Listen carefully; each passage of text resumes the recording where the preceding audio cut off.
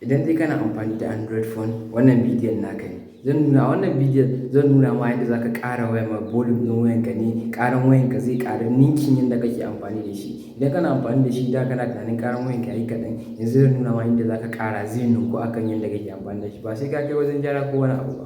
Ku biyo ni cikin bidiyon nan domin kafin ku shiga cikin bidiyon nan kar ka manta ka danna min subscribe, ka danna min alamar ƙararrawa saboda in na kawo abubuwa masu amfani kai ma ka ƙaru da shi. Da farko dai in ka ɗauki wayanka ka shigo zaka janyo menu drawer ɗinka ne kamar yadda kake gani a gaban screen ɗin nan.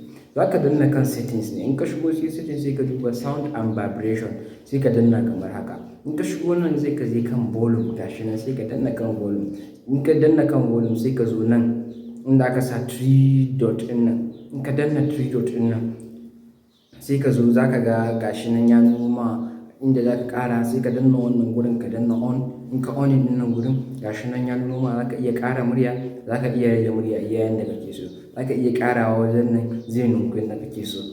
Ku biyo mu a cikin wannan tashar tamu za mu cigaba da kawo muku abubuwa masu amfani. Kar a manta a yi mana liking Abubakar Sadiq TV. Mun gode.